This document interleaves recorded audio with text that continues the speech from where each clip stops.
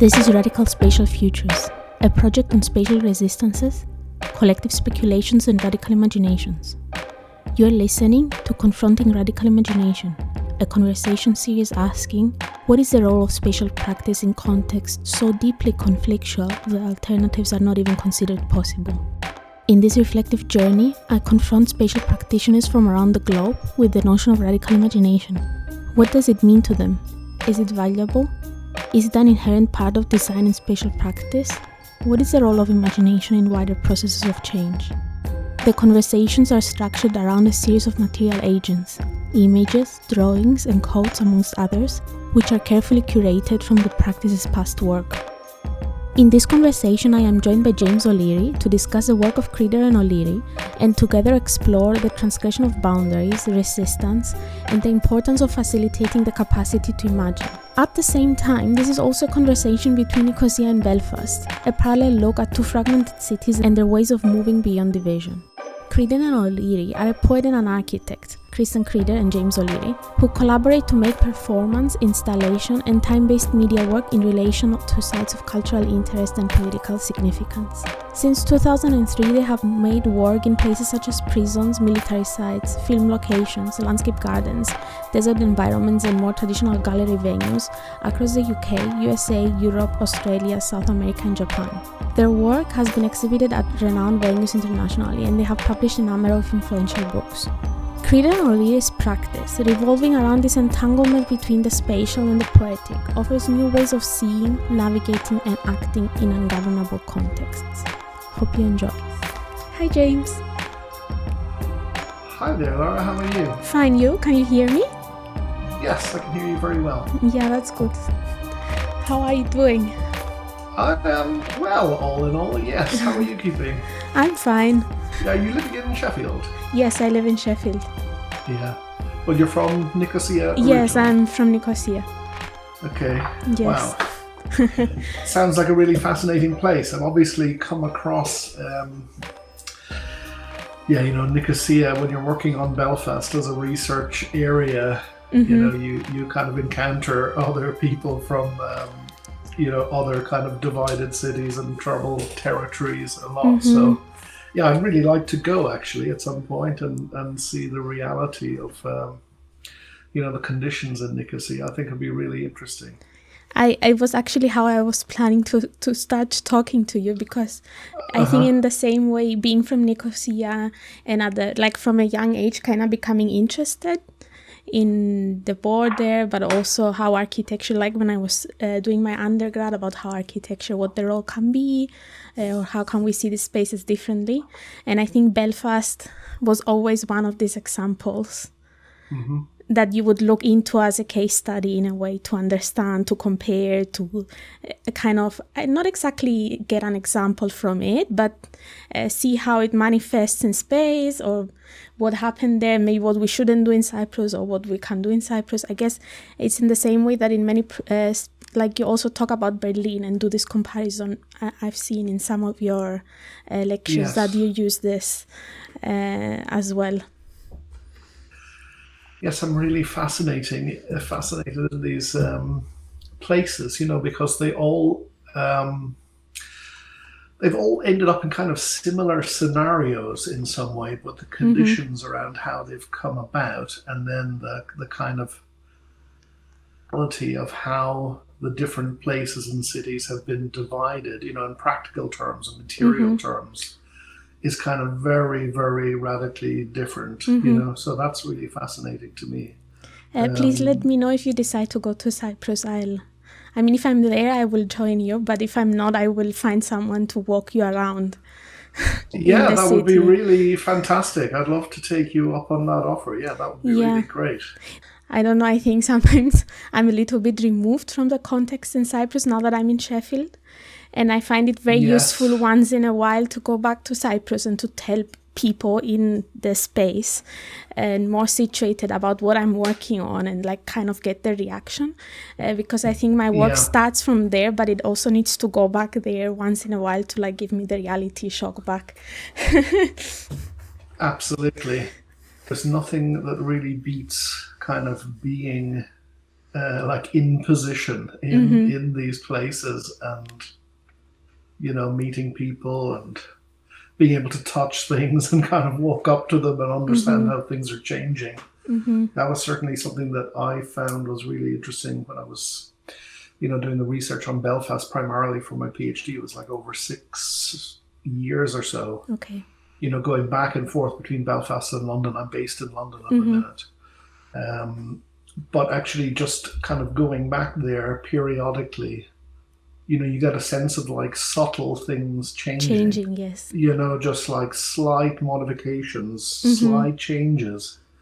So, I mean, for me, I realize this thing is not, it's not in a kind of static condition. It's very changing over a very long period of time.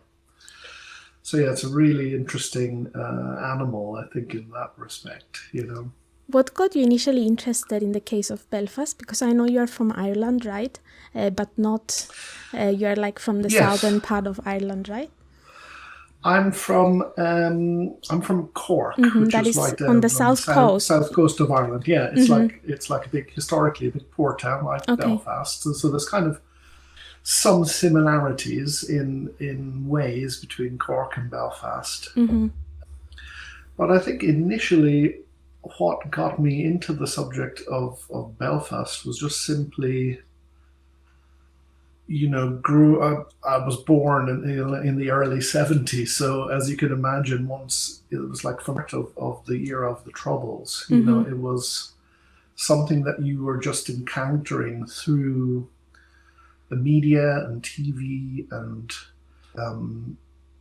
would be on the nightly news literally every single night of the week. So even though I had never been there for many, many years, I felt intimacy with the nature of this place, even though I had never been there.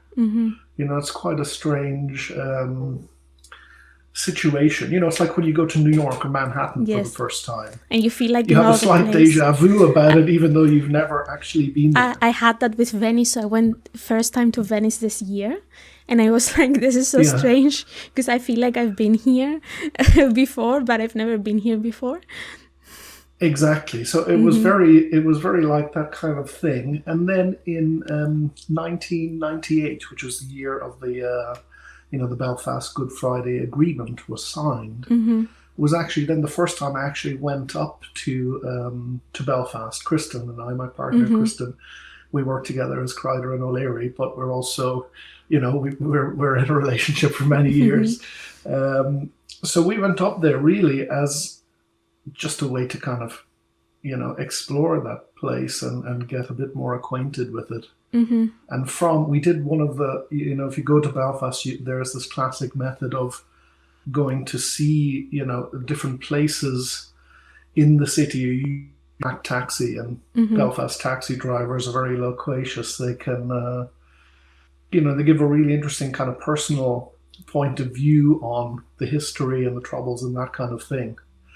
And that tour around, just viewing from the taxi cab and looking at it, kind of, at the time, I mean, it's much different now, but at the time there was a really kind of heavy, almost like the city was like a whole series of military outposts in a way. And it was very, very intense, It certainly did, it had a very uneasy sense about it, obviously. It was just slowly kind of coming out of this period of conflict. So it was a very interesting time to actually be there. And then I can think moving on another couple of years, in 2013 then, the Northern Ireland Executive finally made this policy commitment to reduce and remove all of the peace walls in Northern Ireland over a 10-year period. So between 2013 and 2023, they had made that initial commitment to try and remove all of the peace walls over that period. So then I was thinking about this for a while, and I was thinking, God, this is a really interesting kind of opportunity to try and document the removal of these kind of amazing pieces of divisive architecture all over the city, and to try and understand its impact and how it could kind of potentially unify and, stitch places back together again. Mm-hmm. And of course, it hasn't quite worked out like that. There has been some, removed some walls in the time I've been looking at the situation there, but certainly nothing like what was planned in 2013. Mm-hmm. Yeah, they've been quite localized. To do with some, they have like transformative projects with European funding and so. And again, at the time, where they were radically transforming the city, and within that scope, certain kind of walls were removed, and one of the army bases in the city, for example, was turned into a kind of space for sport, and it's a building that's part of it is like part of it belongs to a university. It's part of like a large meeting space in the city. So yeah, there were some interesting moments where bits of walls were coming down before my eyes, over this period of time, but nothing like what I had anticipated, like in 2013. So instead, really, the research became about kind of trying to understand the conditions of how we got into this position of having, nearly 100 different kind of walls and barriers and, divisive elements throughout the city of Belfast, kind of scattered all over the place, and to try and, think forward, maybe much farther forward into the future, and try and think about and anticipate and, think about, kind of co-design up and try to understand what might actually happen there. Really period of time. That's what the work really became about. It's so interesting, as you said before. It's like I've heard this story so many times about so many different places, and I think I'm quite younger, so when Cyprus got divided and everything, back then it was like my mother was a child, so I was obviously not here. But I think the border opened in 2003 in Cyprus, so the border between the two communities, it was the first time that everyone could just get their car or walk past the crossing line. And I don't know how old was I, maybe 9-10 years old. And my grandmother was from a village in the northern part of Cyprus, and they had like a women's kind of association or collective from that town that she was from. So they all got in a bus with grandkids. So there was a lot of us that were the grandkids of the grandmothers and all the grandmothers together. And we drove with the bus past to go and see their houses and their villages. And that was sort of my first kind of experience of crossing. And I think it was really strange because I think how the education is something that is not talked about a lot in Cyprus. I mean, it's talked about, but it's talked about of the perspective of it's us and them, and we are fighting and we are not talking to each other and we are enemies and we lost our houses just from that perspective. So as a child, it was a very strange situation. But then when I went to university, I sort of was studying in Nicosia, right next to the crossing point, like on the border. There was a department was there of architecture, and I kind of got involved in this group that I'm now properly a part of, that is called Imaginary Famagousta, and this is sort of where my project first started, or kind of woke up, because I realized that first of all, I crossed and I met and I talked with people that I never had talked to a Turkish-speaking Cypriot in my life, which is very strange to say that I was an adult the first time I talked to someone. And then it was slowly starting to realize that there is nothing really keeping us apart. We're the same people, we eat the same food, we have the same culture, and all of this, and kind of rewriting all the past history that I had in my mind. So in the way that you say the story is it's very close to home. And I think in this project, I'm trying to open up what conflict means to me. So I talk with a lot of practices and people from around the world that are not in situations where conflict is, like, let's say, a divided city, like in the case of Belfast or Cyprus. And I'm trying to open it up So to understand what other types of conflict can we discuss and how can we learn from each other. But I think, again, talking about cases that are so similar in some ways, like of Belfast, is very important as well. Because there is some other common things with the case of Cyprus or of Berlin, for example, in the way that you see space and everything. Yes.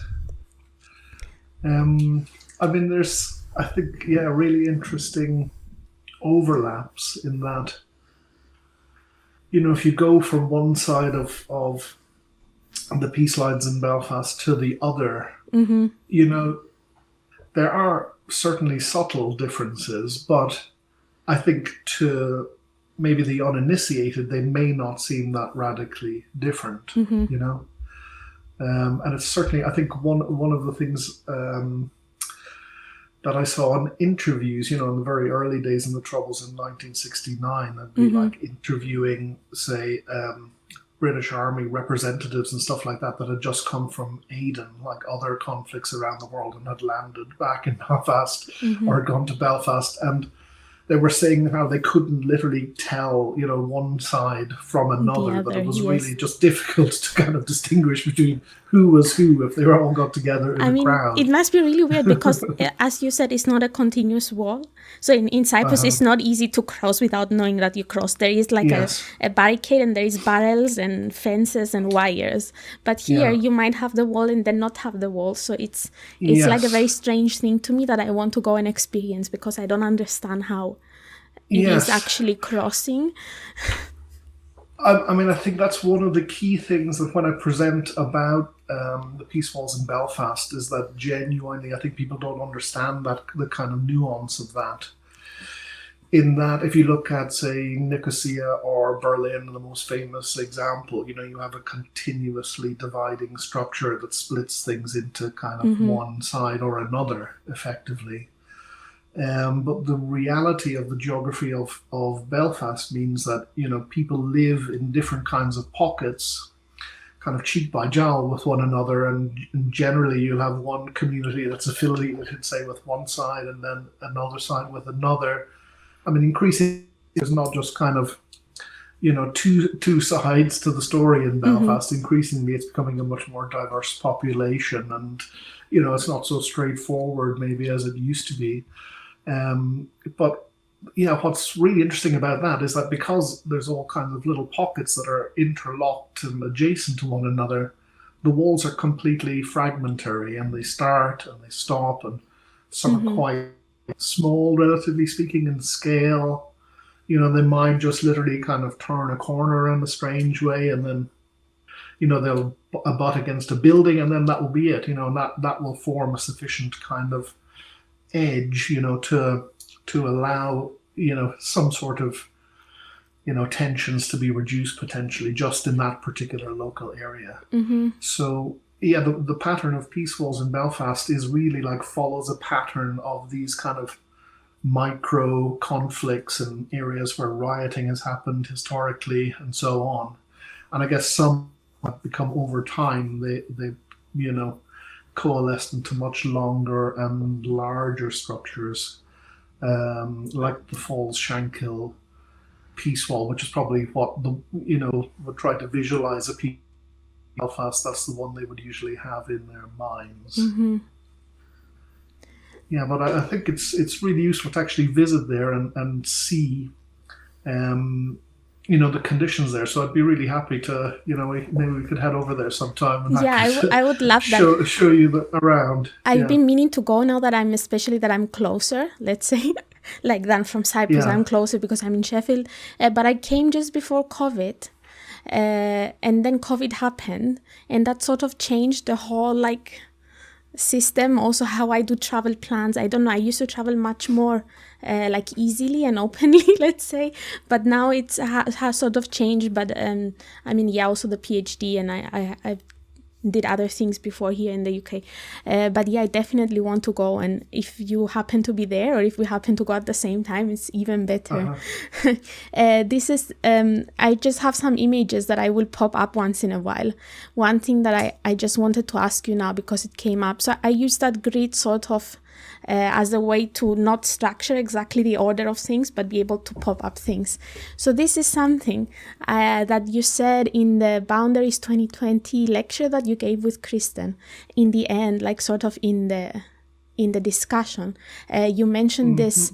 It's the same thing that you were looking now, that there is a lot of people going, but what you had mentioned is that in a way this is not something that you will get in a tourist office, a map of Belfast and where the peace walls are. This is not something that is discussed. And in the same way, the peace walls are not acknowledged as something valuable, like a heritage or cultural artifact in the city. And I wanted to ask you, is this the reason in a way that you started doing this archive of the peace walls? That wasn't really it wasn't intentional. Intention. Yeah. Something that really developed, I would say, over the period of time, being situated in the place. And understanding that while I was, over there, and actually, understanding this slight shifting ground that we were talking about earlier on, the kind of slight change in condition here and there. There's a very particular part of town sensory which kind of butts up against the motorway that occurs around the west of the city and cuts fast off from the city centre. And it's really interesting because there was it was like a flat steel sheet kind of panels, and it allowed no view across to the Shankill, basically. And I was graphing this, and there was some really interesting graffiti. One was in black and one was in white, and one said, I don't know, the war is not over yet. And there's another one that's, talking about peace. So it was like this really interesting... It's like a conversation in a way. Conversation happening on this wall. And I was actually with a person who was he's involved in the sculpture department in the Slade School of Fine Art, and he was talking about the materiality of this thing, how intense it was, and it was a kind of a beautiful artifact, and a kind of something that has registered the conflict in its surfaces, over many, many years. And I went back to the same place then about 2 months later, and this whole thing had been completely removed. And it had been replaced with this, I mean, it was still part of the wall. It was still a gate there, but it had become, much more visually kind of perforated. It's like vertical steel bars as opposed to just a blank single sheet. But as part of this process, obviously, this whole amazing piece of structure had just gone to a landfill somewhere or just kind of disappeared. And at that point, I started to think, like, actually, these are really important kind of remnant conflict. There are like things that have been left behind in the kind of flow and the outflow of the conflict. They're almost like in a kind of glacial flow, you'll have these kind of erratics that are left behind. And I think of the peace walls a little bit like that sometimes. But that was the first time I was always thinking, these walls are going to be removed completely. And that was the first point I was really starting to think, actually, these things should be maybe retained, or at least some of them should be really retained, so that people can actually learn from them as valuable pieces of the heritage of that part of the world, and a kind of witness to the things that have happened there, because, particularly in recent months, looking at what's happening in the Middle East at the moment, you just realize how precious the whole peace process is in Northern Ireland, and somehow, these artifacts are valuable kind of parts of that history and conversation in some way. Yeah, it's really interesting. Also, I guess one major difference with Cyprus is that we don't have a wall only, but we have two of them. and a buffer zone in the middle, which creates basically this in-between space that is like, I mean, it's really fascinating to see it. Because it's left like that for 50 years and the only people that will ever enter it is UN people or someone accompanied by the UN soldiers, right? So you're not allowed to enter it, only through the crossing points. And that becomes also a really interesting artifact of history.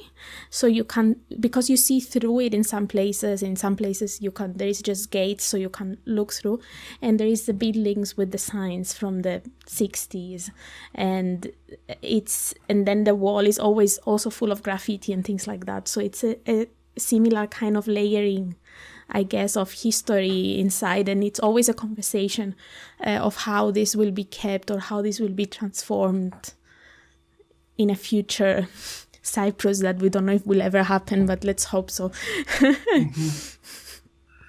No, I'm sure it will. Yeah. All of these things, they take time, and like the glacier, it takes a long time to kind of move over the landscape.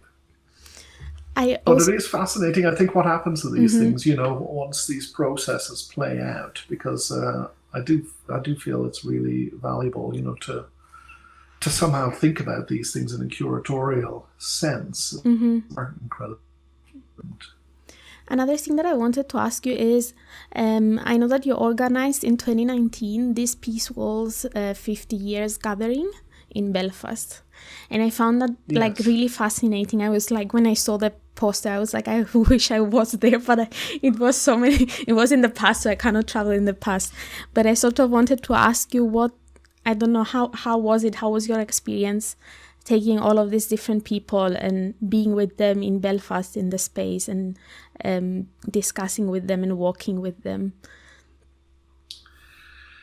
Yeah, it was really, really fascinating. I mean, because I was just looking at it, and obviously there was this big anniversary was coming up that really nobody wanted to talk about in Belfast, which is like from 1969 to 2019. It's like, the peace walls would have been in the city for 50 years, much longer than the Berlin Wall was in place. So, these anniversaries, they're not necessarily welcomed, in Belfast, sometimes in Northern Ireland, all of this kind of historical baggage always seems to kind of bring things out into the open.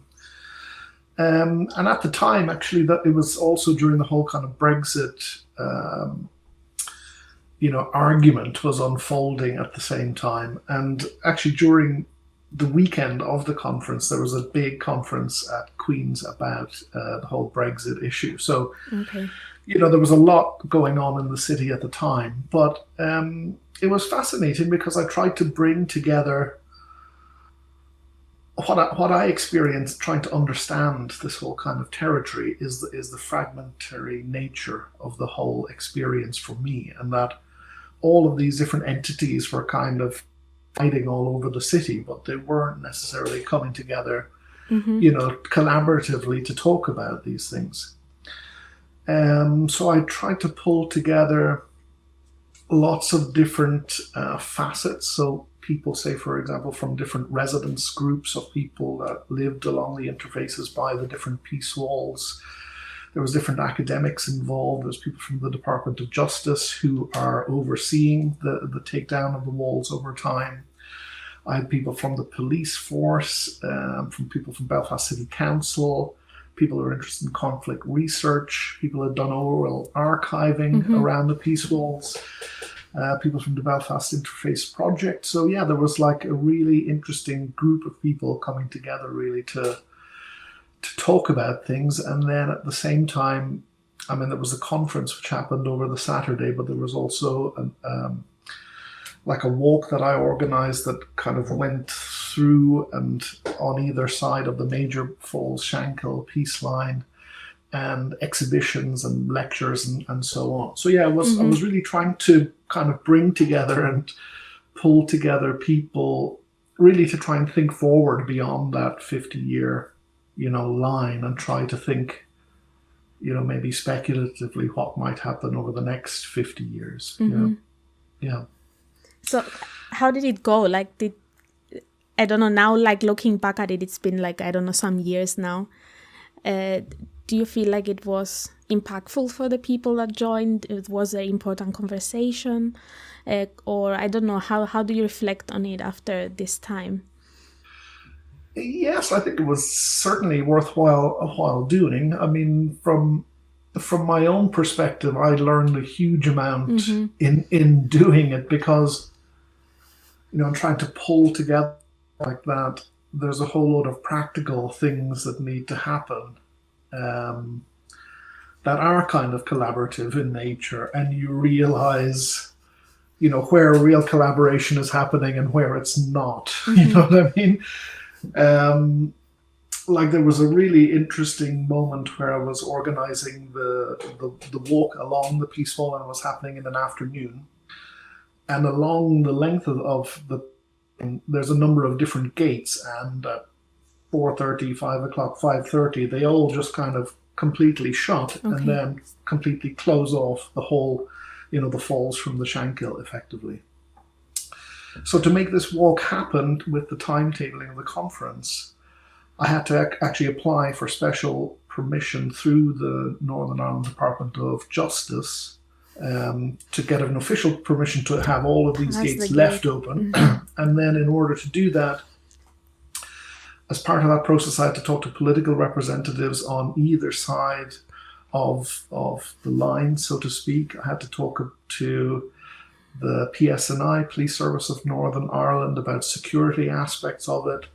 At one point, I was referred to the Parades Commission in Northern Ireland because they were questioning whether it might actually be termed a parade, like an official parade. I was thinking, this is like a talk with maybe 20, 30 people, walking along this thing. And that to me was really, really fascinating, because you really did get to hear the very different, sometimes clearly opposing kind of views about, the walls, their role, whether these gates should be allowed to be opened and closed, the kind of sense of security that they also provide. And then how that sense of security is kind of disturbed when there's any kind of changes in the system there. So that to me was really fascinating. There's all kinds of different aspects of it that were really, really fascinating. But to me, it was just really interesting, to have all of these different people in the same room together. And I think people learned a lot from the different perspectives that were being brought out through the different presentations. Yeah. That's really interesting. And I'm sorry I keep going back to Cyprus, but it just, your stories remind me of other stories that I have. So I'm like, better tell them to you. Maybe you get something out of them. I want this to be a conversation after all, but it reminds me of two things. Let's say the first one is with this group that I told you that I'm involved, I'm a part of. It's basically a bicommunal group of architects from the two sides of the island. And back when it was formed, it has been more than 10 years now. It was not very common in Cyprus to have groups working together from the two parts of the island. Now it's much more common. There is a lot of bicommunal, intercommunal groups doing things together, but back then it was not very normal. And we would organize these events that were sort of small exhibitions or round tables, under a very informal setting of let's come to play a game together, right? And this would mean that we would invite people from both sides that in an institutional or official way would not be able to sit around the same table, because the state in the north is in a way not recognized by the Republic of Cyprus. So you cannot call an official of the ministry or of the government to sit in the same table with an official from the south, because then it's like you are recognizing them and you're not supposed to recognize them. So we were playing in this informality kind of aspect, but it was also about organizing a bus, for example, to take a lot of people from the one side to the other side. And I always thought that the way that you organize it, or the moving people and bringing people together, is sort of as important as what you're actually doing on the day. And that was always a really interesting aspect to me. The other thing that I remembered is actually I got married in Cyprus last year. And wow, congratulations. thank you, in August. And the reason that this is relevant is because a wedding is this sort of place that you bring a lot of people together that would not actually be together in another moment, right? So my partner, he's from Spain, so all his Spanish family came to Cyprus. I have a lot of family in Austria, but also a lot of friends from the UK that are not from the UK. They are from everywhere in the world. And suddenly I had all these people in Cyprus, and I was like, I cannot let them be in Cyprus without making them a tour. So normally, as I would do, the day before the wedding, I organized a city tour where we walked across the crossing points and did like a big circle of the city. And it was sort of like you said before, it was like a parade of 20-30 people just walking, and the officials checking the passports. They were like, what are you doing? Where are you taking all these people? Are you a tourist group? And I was like, no, they are my family. I'm getting married. But it was a really interesting moment to see all these people that had never been there, experience crossing and the materiality of the conflict. That was really interesting to have the discussion. So that's why I think I was interested also in this conference that you had organized. Yeah, I mean, I'm just thinking back now about moments of it, was that I was talking to this police officer in the PSNI, and I was, explaining what was going to happen, and I kind of outlined what we were going to do. And then he just said, okay, well, we'll keep an eye on it. And I was expecting that maybe when we were doing the walk that I would spot this guy kind of wandering around. And while absolutely, I saw no PSNI people, nothing, no kind of security people whatsoever. We really were just kind of wandering around this wall. And I met him then on the following Saturday, which was the main day of the conference, and I was explaining, the walk went off okay, there's no issues or anything like that. And he just said, oh yeah, I know that. We were watching that the whole time. Yeah, they have cameras. I mean, they don't need to be there. Of course, I was thinking, okay, the whole thing is probably being, surveilled in real time while it was going on, but in quite a discreet way. So that also tells you something about the, the wall is just not a kind of material. It's also got all of this kind of apparatus for surveillance and opening and closing and viewing what's going on. And so it is a very complex kind of mechanism in many ways. Yeah, that's really interesting. I also find it interesting if you talk about other cities that are not divided or have conflict in the way that they have a wall that is separating. But there might be some invisible forms of conflict that leave people to not meet each other, right? And I think that's like an important conversation to always have in places like Cyprus and Belfast. It's not only about the material wall that is dividing, but it's also about other things. And surveillance is one of them, but it's also about who lives where, who goes to school where, who interacts with whom where do you buy your groceries and stuff like that. Yeah. And yeah. I mean, actually, one of those really interesting divisions that kind of popped out at the conference is something that I hadn't quite understood as fully at the time. But one of the people presenting was this professor from Queen's University called Frederick Boyle. I don't know if you've ever come across him, but he did this really fascinating and now really famous piece of research in 1968. So before any kind of the Troubles happened in Northern Ireland or in Belfast.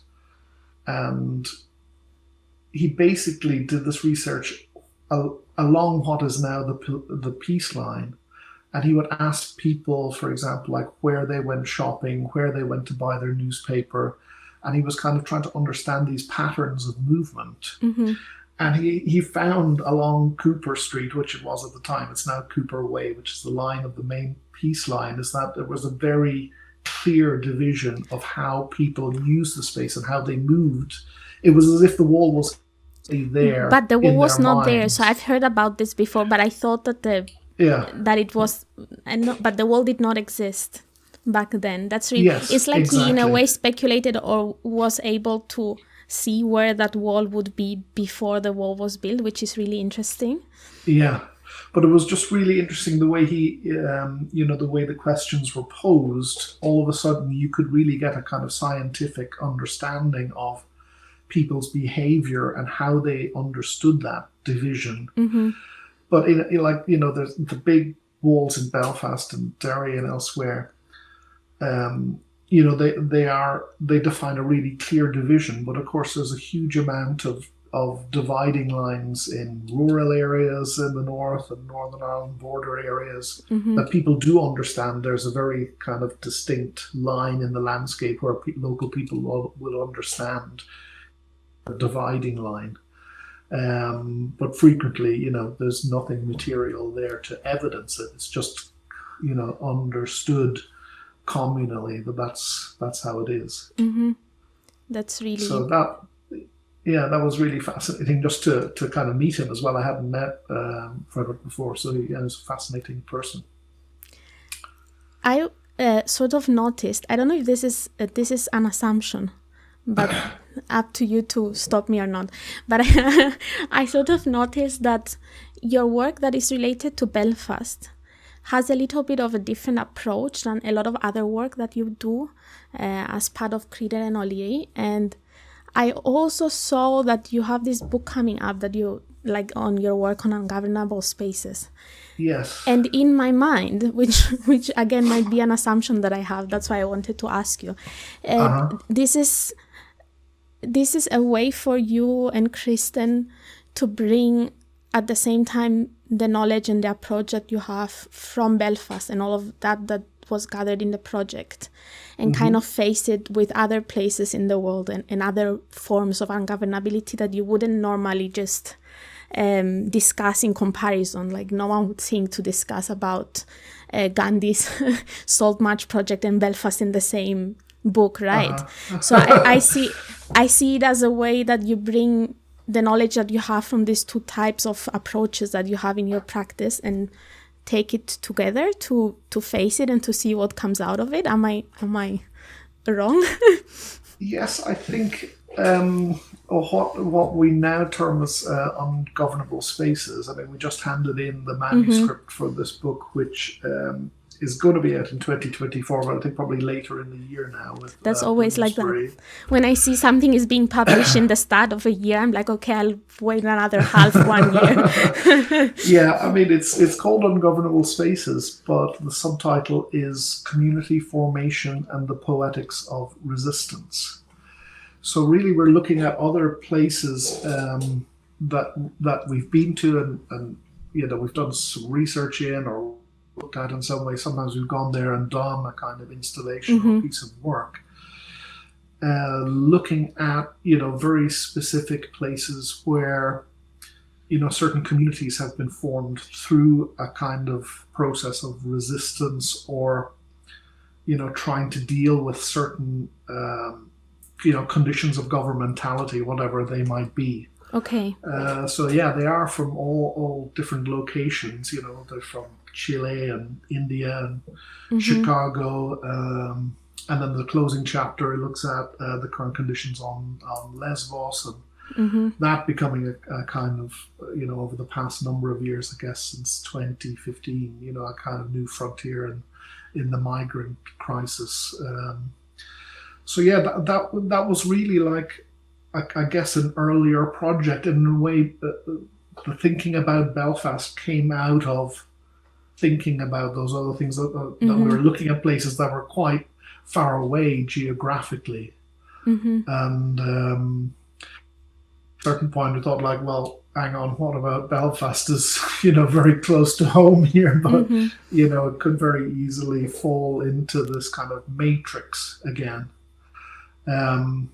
I think it's probably slightly different in that it still remains a little bit unprocessed, in that Kristen and I, as Kreider and O'Leary, we've been collaborating together since 2004 or even before, so it's about like 20 odd kind of years of practice.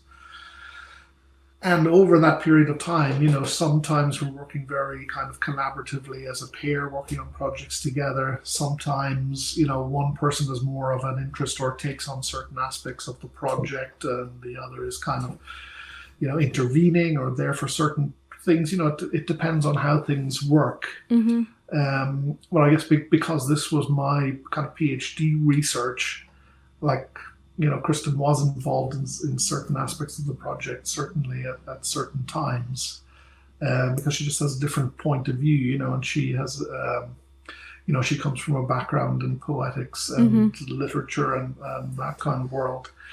So that's always very useful, because things tend to kind of undercut quite a lot when you're in that mode of thinking, and I find that's very, very useful to kind of encounter that. So we spend a lot of time trying to understand, what the logic project is, or why it needs to manifest itself in a particular way. So those conversations are always interesting about why something ends up in one particular mode, or something a book, and another thing is a piece of film, and another thing is or whatever the case may be. It's very interesting, because I noticed even in this first image that is in your website, you can see this kind of, I don't know, I call it like a dance between the spatial and the poetic in a way. That's how I understand it, and I find it a really like interesting approach. And it's sort of clear that it's two people that have a different sort of positionality, or they come from different places of thinking in a way, working together. And I find it really interesting. And I also find interesting, you just mentioned that you have so many different ways, and not just tools, but things that you do. So it's like books or publications, like academic ones, and performances, and a lot of video work and installation. And I was wondering, like, how do you see these things interact with each other? How do they support or help each other sometimes? Let's say if you were to do this work without Kristen's approach of the poetics or the performative aspects, what is it that you sort of give each other from the two sides? Not sure if I'm making sense anymore. I mean, that's always an interesting question for us. And actually, with the On Spaces book, one of the places that we went to was to go to the Ciudad Abierta, the open city in Chile, because that was started by a poet and an architect together. And we kind of went there to try and understand, okay, well, what's the outflow from this? What comes across? Is it possible to see like who's doing what? And because my background as an architect, I trained as an architect and worked as an architect for many years. But I've always had an interest also in kind of fine art and installation practice, site-specific practice is a very fertile overlap there in my mind. But also just through the way I was taught and, the kinds of things that were going on, because my postgraduate I spent in London, so there's lots of things going on with film at the time, and over a period of time, film was something that we started looking at, and video as a kind of tool. So we feel like there's lots of potential ways to address a particular project, from a building to a book and kind of other modes in between. And that's like a lot of the times Chris and I will sit either around the table or on either side of the table with like a large sheet of paper, and we try and set out what the particular compositional logic of a situation is. And really, I think it really comes from the kind of context that we're examining, what kinds of things we're looking at, the political situation, historical things that we pull on and draw from, the research that we do. And really, a lot of the projects in their process is about trying to understand what the nature of the response should be. And, we're always writing when we're doing projects. We're always kind of using images. There's always drawings in some way, but like what these things are actually pulling together and doing is always up for grabs, really. So it's never, it's never a straightforward process. It's always fraught with difficulty and argument, and they're always very fought over in a way. What the logic of the project should be. But I think that's one of the fascinating aspects of But it. I guess it's also a very fertile and productive conversation, right? I feel like usually because I like working in teams, and previously even as an architect when working in offices, it was also always kind of small offices and very collaborative environments. And now that I'm doing a PhD, sometimes I think I'm going crazy because I have these two conversations in my mind with myself instead of with a different person. But I think having this sort of relationship or partnership is also very fertile and productive to do things that you wouldn't do if you were just on your own, right? Yes, absolutely. And I think that's always, that widens out into like working with institutions or certain galleries, or maybe working in a certain kind of community or certain place with different like vested interests, whatever the case may be. So yeah, I mean, we feel like we've got a core operation of ourselves really, but it kind of grows and shrinks depending on what we're actually doing and who's involved. So that's also a very rich part of the mix, is like how you interface and interact with other people who are engaged with the various places we operate in. Yeah. I thought maybe it's a good moment to bring up the main situated practice that you are teaching in. I always found from the first year I saw that this program existed, I found it really interesting. And I think I was just finishing my master's in urban design here in Sheffield. That's when I first came to the UK. And I was like, oh, frig, if I knew that this existed, maybe I would have done this instead, but enough masters for me. But I wanted to ask you, does this come also from a similar place to kind of explore with other young spatial practitioners what it is that they can do differently or use different tools? But also in a way, what does you being involved in this institution or in the university and academia in general, how does it help you, or why are you doing it? Wow, well, that's a big question, but I feel in a way, the whole genesis of the practice program at the Bartlett really was about trying to address a certain gap, in that, like when I studied at the Bartlett, there was, you're doing a degree in architecture or a diploma/master's in architecture, and, there were very kind of straightforward routes into what actually, is a subject area with a vast amount of potential. And in a way, it was about trying to think about, if I had my time again, what would be the ideal kind of situation academically that I would like to explore. But it was also, with Jane Rendell, who's a professor at the Bartlett, it was actually the two of us together thinking about what might a new program, at the Bartlett at the time, they were looking at new master's programs and trying to understand, what do the contemporary conditions that we are presented with require, and what would be the most kind of education. So, yeah, we put our heads together and over many months and years actually trying to get all of the documentation together and put it through the UCL systems. We started this new program at the time in 2017 called Situated Practice. Yeah. And it allows students a huge amount of freedom, to engage with different places, but it kind of starts from the premise that, very interesting things are happening in certain areas and locations in the world. And if you actually situate yourself within those spaces and within conditions, you can, pull in a huge amount of local information. It's very much about being kind of emplaced in a certain area and then determining what that kind of response might be.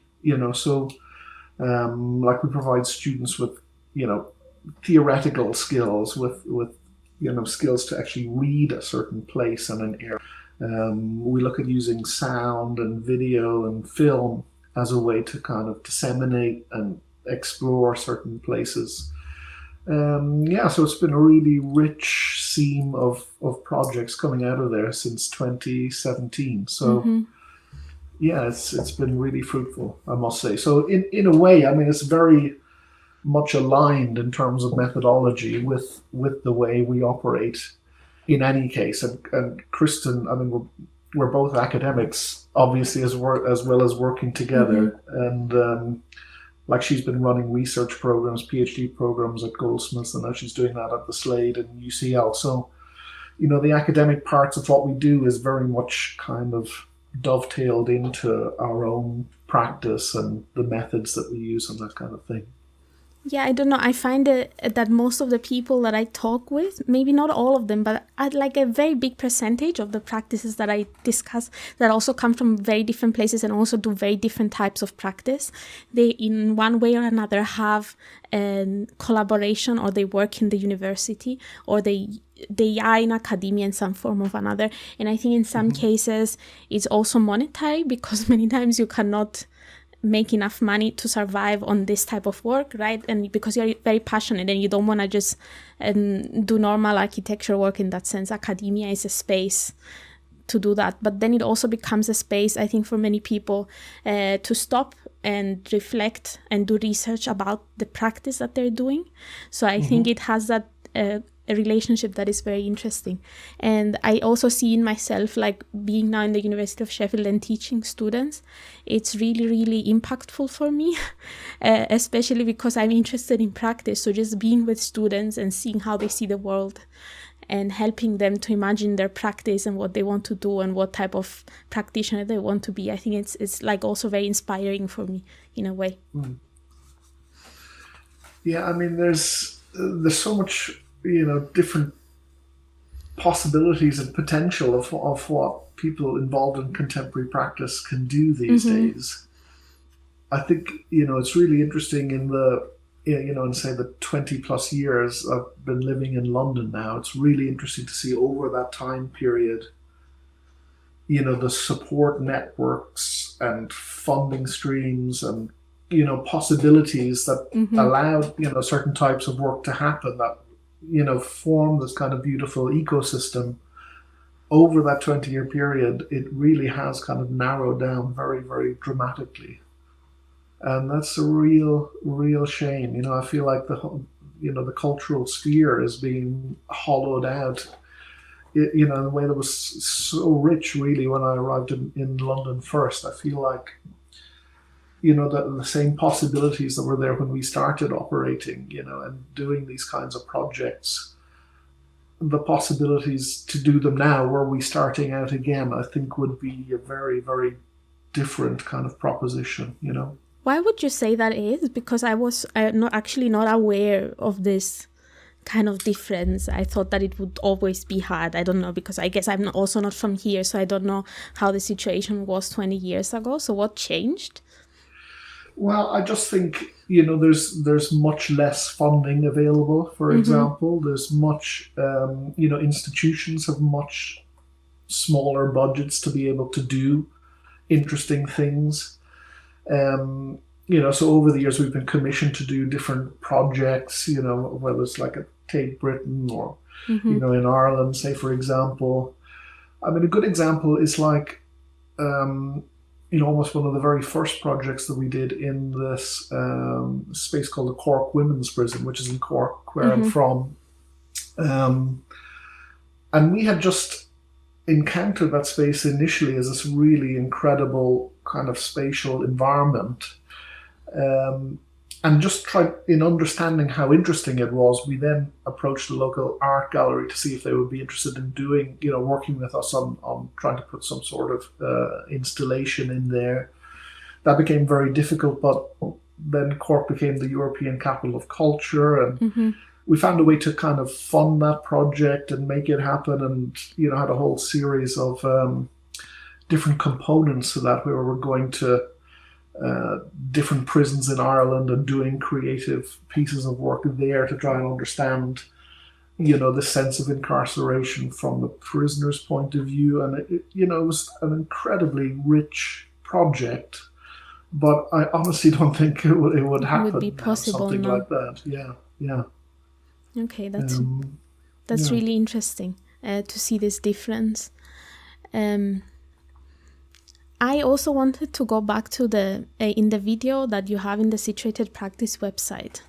You kind of end with this phrase that I think is really, really close to what my project is about. And it's, from the standpoint of these utterly fragile perspectives, we will continue to rise the envisioning of new spaces, new configurations, and new dreams. Is that in a way how you see that practice, what practice is or should be about in a way?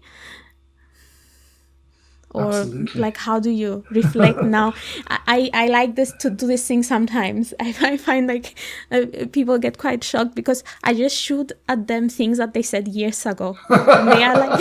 Yeah, it's quite disconcerting. Because actually that piece of video, it was made with a whole load of videos that students on the Situated Practice program had made, and we were trying to put them together. But it was really also coming out of the COVID pandemic. And, the pandemic meant a radical shift in how we were teaching because, when you're situated and you're based in a particular place, like a lot of us were based together in London, but over the pandemic, all of the students kind of disappeared off to the various parts of the world. And suddenly the interaction was over remote, Zoom and Teams and everything else. And it gave it a very different complexion, but also, because the students had gone back to places that they had a really intimate knowledge of, somehow the projects kind of changed and became, in some cases, much more interesting because students had like a real familiarity with that place and the social conditions, political conditions, etc.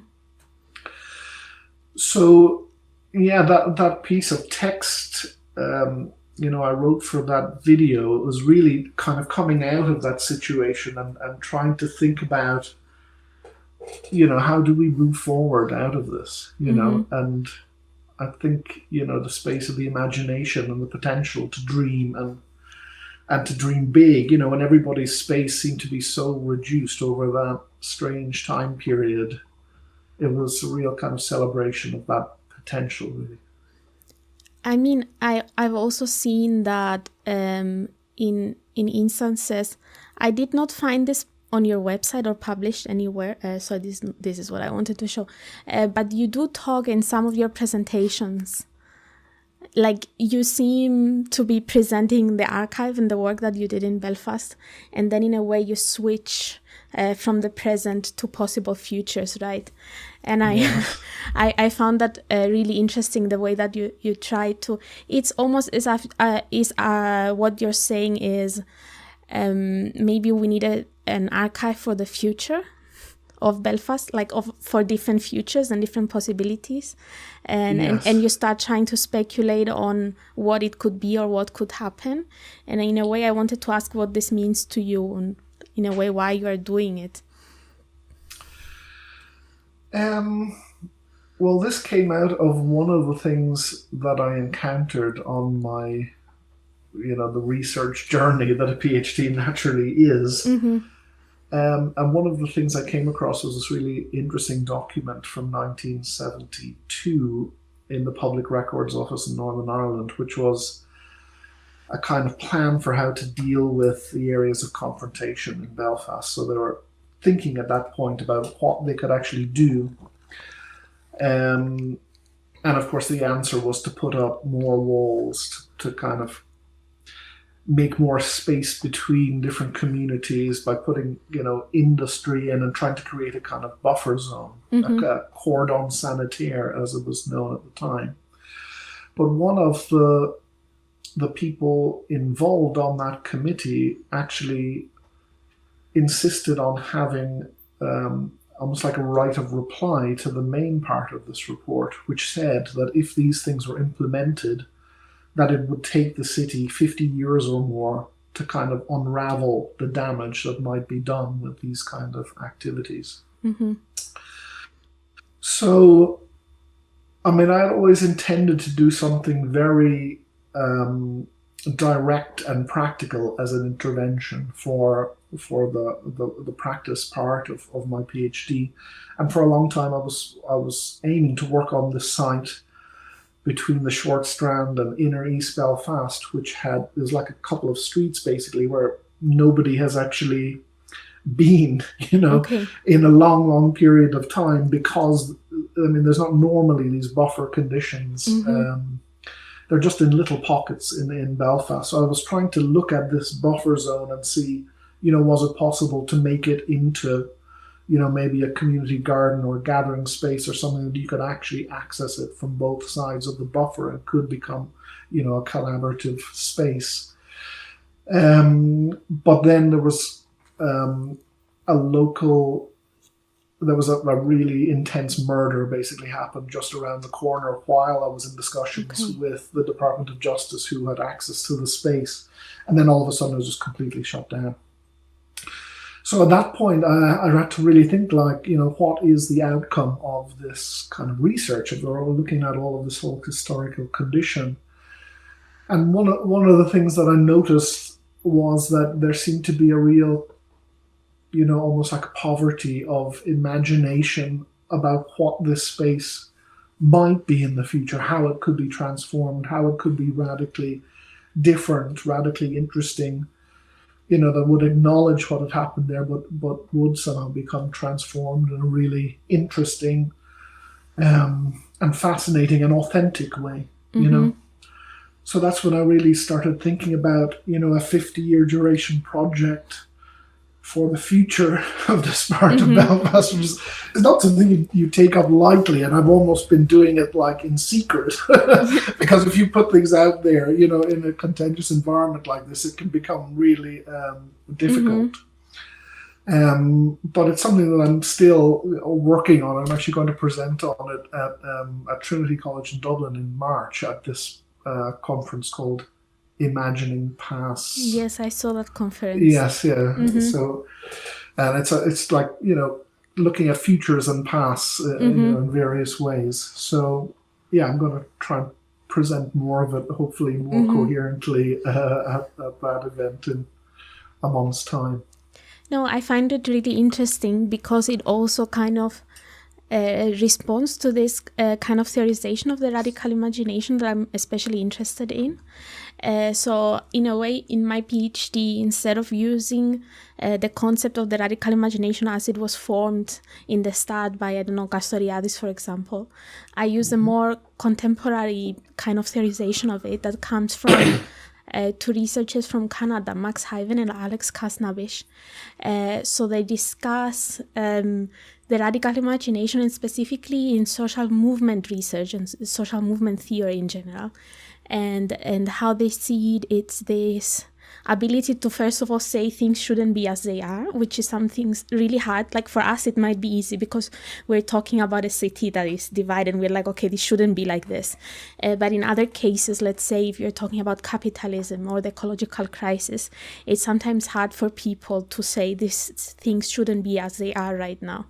In first of all, this ability, but then it's also the ability for people to collectively imagine how these things could be in the future, and take small pockets of that and bring them to the present and do something in the present that in a way shows how the future might be or how we would like the future to be.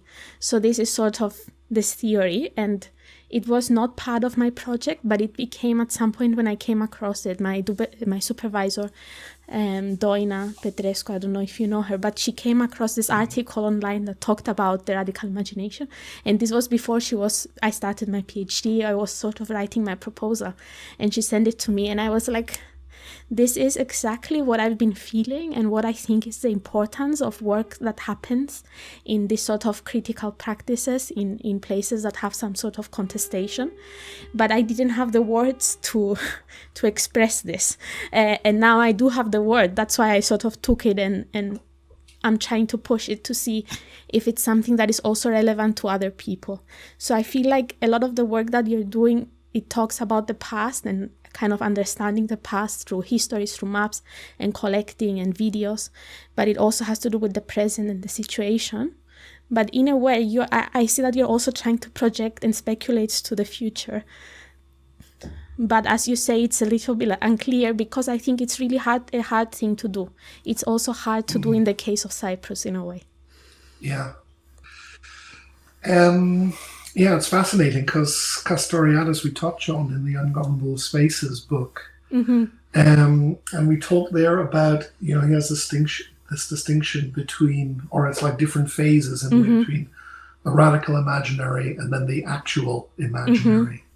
And that, one necessarily follows another, but one can't arrive at the actual imaginary unless before that one is kind of completely uncoupled in a way and unweighted by these strands of history and these particular kind of material remnants and memory and trauma and all of this kind of stuff that resides in these places where conflict has happened. It can be so difficult to just kind of throw that off. And, this is not to say you start with the tabula rasa ever, but, the capacity to imagine, particularly in difficult spaces like that, I think is just so incredibly important, because it's about envisioning, a positive future scenario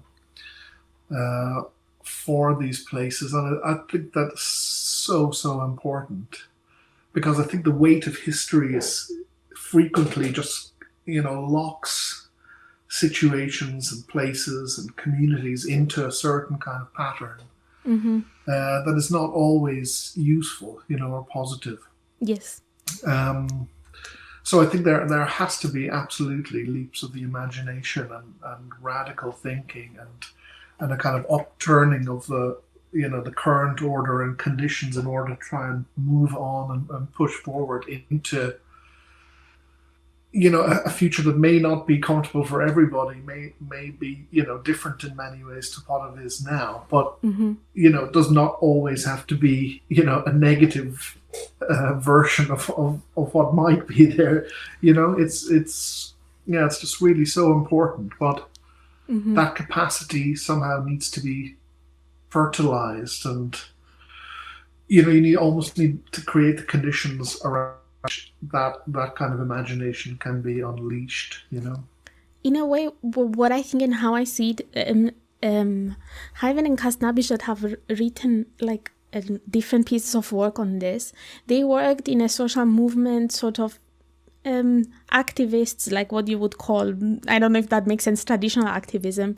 And their point that they were trying to make is that they saw that this social movement lacked the radical imagination, so they were never able to they were fighting for something, but they were not able to imagine how this future would be, or make people imagine with them and kind of activate this social movement in that way. But I think what I've noticed when I started discussing with people is that I think architects and spatial practitioners, because this is what we do.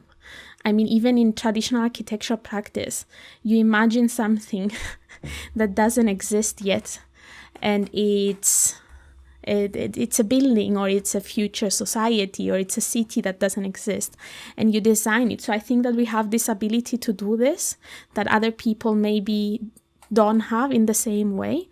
And in a way, I think what sort of my hypothesis is that the radical imagination exists in many practices, critical spatial practices. It's kind of the fundamental of it, but we don't discuss it or talk about it or consider it as what is the value of the practice in a way. I don't know if that makes sense to you. Yeah, I think it's important.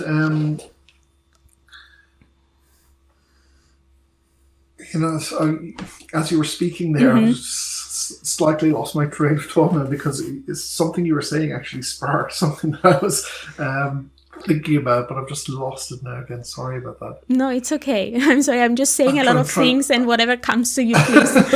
No, I'm trying to think about what it is you sparked off. But actually, I was thinking of one of the models for what I'm thinking about as this future condition in Belfast. So I've got the other part of it now as well. is that I've been looking at this space in Bernauerstrasse in Berlin, which is where the former Berlin Wall is. I don't know if you've been there, to the Mauer Park, where they have, remnants of the walls that used to be there and the different kind of facilities. But I have been to Berlin, but I was before my obsession with this, so I don't. Okay, I need to revisit, I think. I mean, the interesting thing there was that, the Berlin Wall came down very, very quickly at the time, almost like as a necessity. And even though at the time there was, from certain corners requests that, this is an important thing, maybe we should be trying to preserve this in some way. It actually, along that space now, you're left with very, very little of, there's almost, very, very kind of straightforward, almost like archaeological remnants for a building or something. And they've actually have to like rebuild and replicate, like towers that were there before, but were then taken away. And now they're kind of being rebuilt again in kind of shiny new materials and so on. So it does feel like you're in a world of replication rather than authenticity. So somehow there was a gap in the kind of imaginative capacity around, when the Berlin Wall came down, to try and think forward outside of that. But there's also, I think, an important point here about, the capacity to imagine. In order to do that, you almost have to be in a place of safety and a place of, where other conditions in the world can be kind of locked away, and you can actually have, the mental space and time and facility to try and, imagine a future condition. And in these places where conflict has happened and has played out, in my understanding, my reading of them is almost like you're wandering through a kind of post-traumatic landscape in a way, where people still have, the conflict is very, very close. If they've experienced it, it's very, very raw still. It feels like you often hear people talking about it as if it only happened yesterday. You hear that so frequently. And it's a big ask, to ask communities who've been there and experienced, this conflict, to suddenly just, park all of that stuff aside and to, to kind of dream big dreams and have a rich imaginative sense of what might happen there. So I think that's not to be underestimated. It's a very, very big ask to ask the local communities to be able to do that. So I think it needs to be facilitated and to work together. It's a work of co-production. And that's I think an important strand of anything that would happen there in the future, is that the co-production of the work is a really important aspect of it. This is sort of what I'm trying to figure out. How do different people do this thing that you're discussing? How do different practices, in a way, through their tools or through their processes or through their projects that are very different, facilitate this form of co-imagination with communities that could before not, because of different reasons, move out of their own sort of situated understanding of the conflict. So, for example, in Cyprus, one very easy example that we had done many years ago is there is a city, it's on the east coast of Cyprus, and it's now in the northern part of the island, but a big chunk of it is fenced off as this ghost city. And it has been fenced off since then because it was sort of seen as a bargaining chip between the communities. So the Turkish government kind of fenced it off and kept it like that, because the idea was that in return to something else, they might give that back before they give anything else back to the former residents. So it has been like a ghost city for 50 years now. And the city obviously is not just that fenced off part, it's really big. There is now a lot of universities there. There's a lot of different things. But the people that used to live in this city that are now in the southern part, the only thing that they can think about is this nostalgic view of their neighborhoods and their houses and how these were. And every time they have a discussion in Cyprus about anything, the discussion is always centered around their nostalgia of how the past was and how we used to live nicely and together, and our orange trees and, all of these things that are, of course, very, very important. But in order to move on from that, we need to sort of divert the conversation a little bit. So this was how I first got involved in this project. So I was an intern, and my first kind of job was to make this really big model, to help making this model. Because what we did basically was map all the city that you could access, not the fenced off part. So all the housing stock, new, old housing stock, which buildings existed, and make a really big scale model of this, and then put that in the street. And people would come, and that was like a commercial street where people were shopping. So people would go and find their house on this model that they used to live in 50 years ago, right? And then they were like, and really old people, and they were like, this started saying stories about, this is where I used to live, this is where I went to school, this is the field that we played football, etc. And then realized for the first time that there was this whole other city next to their house that used to not exist, that no one talks about in the southern part of Cyprus, because this is not, it's not part of the narrative that we want to talk about or portray, right? So people don't really understand that the things have changed. But in a way, I see a lot of these tools as ways to shift conversations to a different thing. So I also talk with a lot of architects that use things. So some of them, perhaps one that I remember now, they use cooking or gathering things and cooking together as a form to start conversations about extractivism and cultivation process and stuff like that. So I keep finding these small ways that different practices, according to the conditions and the type of conflict that they work in, bring people together, and they do something, whatever that is, that they facilitate and completely divert the conversations and open up new possibilities. So that's sort of what my project is about, to find these moments. Yeah, I mean, I think it's incredibly important, those kinds of, you have like strategies and tactics, right? I think, exactly. We need like a lot of tactics. And to me, going back to situated practice, I feel like the responses that, one makes, I think they really have to be kind of tailored to the very particular specifics of, the situation that you're trying to deal with or encounter, because situations that are going to, or procedures, that might work in Belfast, may not work in Nicosia, and vice versa, So I think that kind of tuning and tailoring is a really, really important part of the process. And you almost like have to design, strategies and tactics anew for each, situation, almost even, each street corner or each doorway. Do you see what I mean? Because I think, generic responses don't operate in places like this. That's my experience. The tailoring of them to a very specific local condition and tradition and environment and community is a really, really important aspect of the work, and it's not easy to do. It is definitely not easy to do.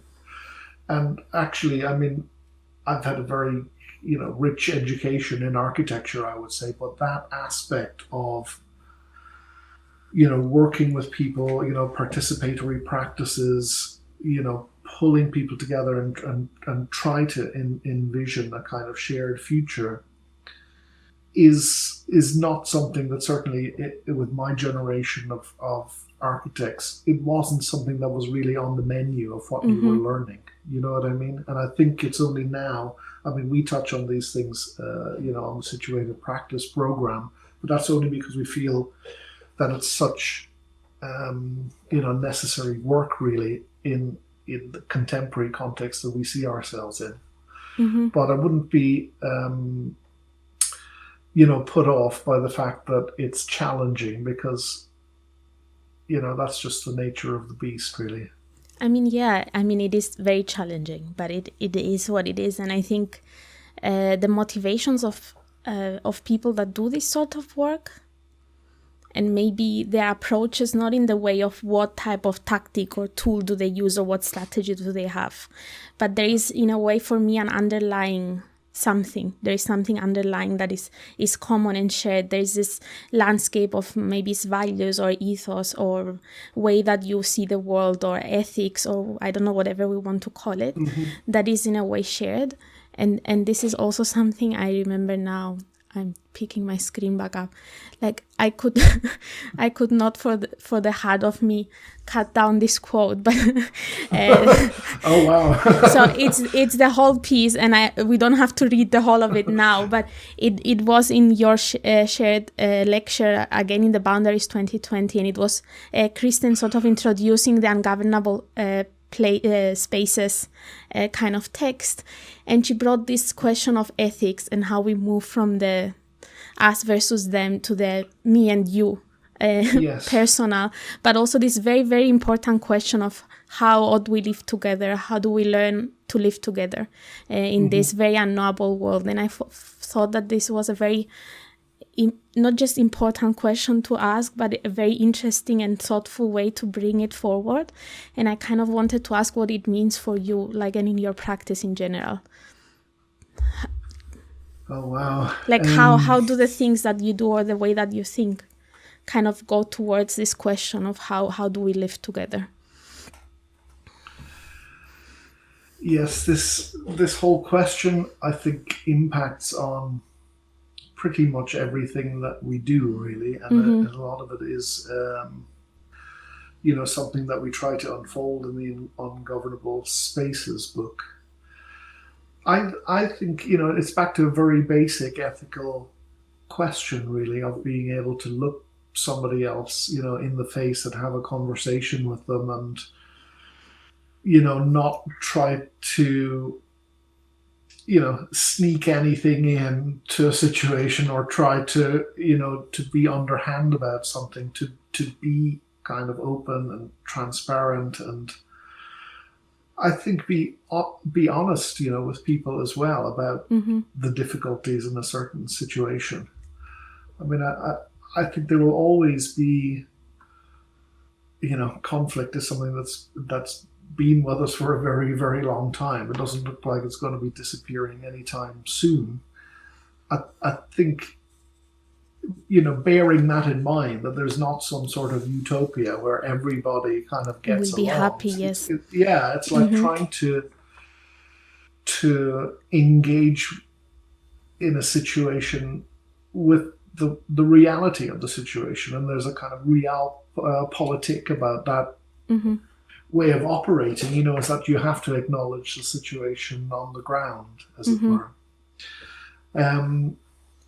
I mean, the whole of the question of how do we live together, I think that the question initially sprang from this book it's actually a book of his lectures from Roland Barthes, and he talks about this thing which he calls idiorhythmy. I don't know whether you've ever come across this. Not really. It comes from I think the original monks in Mount Athos in Greece, that they had a very interesting way of a kind of communal or shared governance for the monastery, in that everybody had their own kind of individual mode of operating and was allowed that kind of certain freedom. And then at a certain point, everybody in the monastery would kind of come together, and then there was this understanding of a kind of shared coexistence as well. But within that wider framework, the idiorhythmic aspect is that there was an understanding that people would have different rhythms for how they would interact in that wider system, and a wider system of governance. So it wasn't something that was being imposed. It was something that was determined and shared. But because of this idiorhythmy, there was a certain kind of freedom and autonomy allowed for within that system, which is, I think it's just a really beautiful relationship. And I think there is something really interesting in that,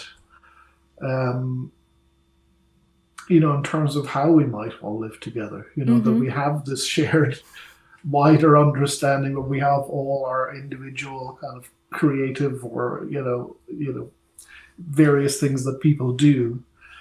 And I suppose understanding that there is an idiorhythmy is like a really useful thing to understand, that people have their own ways of doing things. And that's fine. It should really be respected and accommodated into that wider system. I mean, I think it also touches on the sense that we don't all need to agree with each other. I mean, different people have different approaches of this, but I'm a very sort of kind of radical democracy kind of person, in the sense that consensus is not a thing that I think can ever happen, and we need to learn to live with this conflictual process of discussing and being okay to do things together and to collaborate and to support each other, but at the same time have our own understandings about things, and we don't need to agree 100% because that's not achievable in a way. I think it touches on this that you were saying as well. Yeah, it's really important. I mean, that was, I think, really important for me to understand, looking at the situation in Belfast. Is like, it's okay if people disagree on things. It's not a case of trying to get everybody to kind of agree on the same way of doing things, and actually respecting that difference is an important part of what's happened with the peace in Northern Ireland. It kind of enshrines this mutual respect, for different communities, for different traditions, and set up a situation where there is a kind of mutual understanding about, one community might be different from another, and that's absolutely fine. I mean, it's one of the things I'm trying to think about. I'm trying to work on a book on the peace walls at the moment. And I haven't written the conclusion of it yet, but the basic title of the conclusion at the moment is Unification or Shared Multiplicities. And I think that, the unification thing is always going to be a kind of utopian condition, Even if you look at, the situation in, the East and West German, they still have like different temperatures for their lights, or, street lights are different. You can see it at night. You can still basically see like the division between East and West, even though it's supposedly disappeared politically. So I think somehow the shared multiplicities model is actually much more realistic and probably much more fruitful and interesting and desirable. Like, I'm not sure if I would want everyone to unify and have this universalist kind of view of everyone is the same and we are all equal and we think and say the same things. I don't think that's kind of boring, isn't it? It's not really realistic. I think history has taught us this. I don't know, do you have anything that you would like to ask me, or anything that you want to bring up before we sort of wrap up? I don't know, I just want to keep this like two-sided in a way. Well, I mean, one of the things I know that was interesting, because I presented about the Belfast Peace Wall situation in this conference in Berlin, which was looking at these places, and I can't remember now who was talking, but somebody presented about the situation in Nicosia, and at the time I had just done this recording of one of these perimeter walls of Gurwood down, and I'd been there to make a recording of it, and he was like incredibly enthusiastic about the fact that, like, after this long period of time in Belfast, that actually some of the walls were coming down. And he said, I think that feels very far away still in Nicosia. And I just wondered whether you shared that view, or whether you're maybe more hopeful. I'd be interested to get your take on it. Okay, so I think there's many answers to this. First of all, I think that it's still far away for that to become reality, like for properly the governments to agree with each other and the buffer zone and wall starting to fall. I think that might be far away, but I also choose, even if I'm not optimistic all the time, I choose to hope and to be optimistic, because I think that if you don't have this hope for the future, and if you don't think that this is a possibility and it will happen, it will never happen. That's the one thing. But I think my perspective on Cyprus changed a lot in the last years. And since sort of I started working and discussing conflict when I was an architecture student, and all of that period that now has been almost 10 years, it sort of changed a lot the way that I see the conflict. So I discuss this also a lot with my sister, because she's an artist and she works in kind of similar concepts as me, but from a very different discipline, a little bit like you and Kristen. So often we discuss about how we see the world and what we do. And something that we always say is that I think we used to belong in a different bubble that was of our own community and people that spoke the same language as us. And now we were pushed out of this bubble, but now we belong to a different bubble. That is the people that are actually do not see the difference and the division between what language or what religion you talk, but we're all Cypriots. And it's okay, and we eat the same food, we have the same culture, and in a way the crossing points have become a little bit like a very common occurrence to me. So I'm trying to do that actively. It was really hard for me to cross the border because the narrative is that I still don't tell my grandfather when I cross the border, because he gets upset or worried about it. So I do not talk to him about that. And a lot of other people, they are like, you shouldn't cross and give your money to them, or you can cross and go see your house, but don't buy anything. Then there is also a lot of people, because of the financial situation and like sort of the economic crisis that we are falling into, that cross to the north to buy things or put gas in their cars because it's cheaper. So there is a lot of these exchanges happening and these narratives. But I chose, and I know a lot of people, my sister's generation that is much younger than me, that choose to behave as if the border is not there in a way. So I cross when I'm in Cyprus on a sort of everyday basis, just to go on a walk, or to go drink a coffee, or to do something like I would do on the other side, to meet friends. So I think in a very everyday basis, this is something that is very important to me, and this is how I start to see change, by just choosing that it exists there, but I choose to not regard it. I know that it's there, and I understand why it's there, and there's a lot of history, but I choose to cross it and to do things on the other side as much as I can, just to get comfortable with the idea that the whole country is my country, in the same way for the people from the north. So we belong to our whole country, and this border, it just exists there to divide us, but it's sort of choosing that I don't want to be divided anymore. Yeah. So I think that brings a lot of hope. And actually my sister's generations that are younger, there is so many people now talking about this and being friends. My sister has so many friends that are Turkish-speaking Cypriots, and I did not in her age. She went to a lot of programs in the European Union, but also abroad and in Cyprus, that are about building these conversations between communities. So I think she's a step further than me, and I find it really, really inspiring to see how the young people. But it's again not everyone. It's our it's our really defined bubble. And I also think that I'm in the UK, it's easier for me to talk about it, because in Cyprus this would be a very controversial thing to say. So I still have friends and family that I would not talk as openly directly with them. But I feel like because I'm a little bit far away now, I sort of understood and reflected, and I know what my position needs to be, and I'm more open to say it even to them now than I was when I was in Cyprus all the time.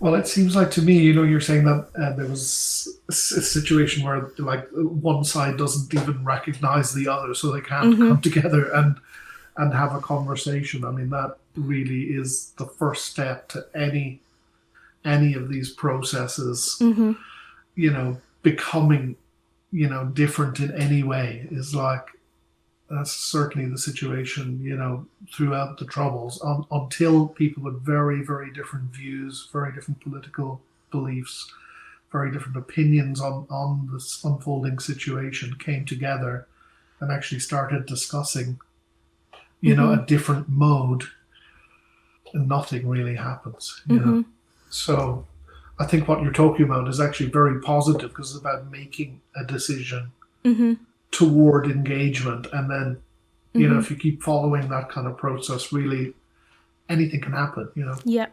I just think that it's a very specific type of people that take this decision.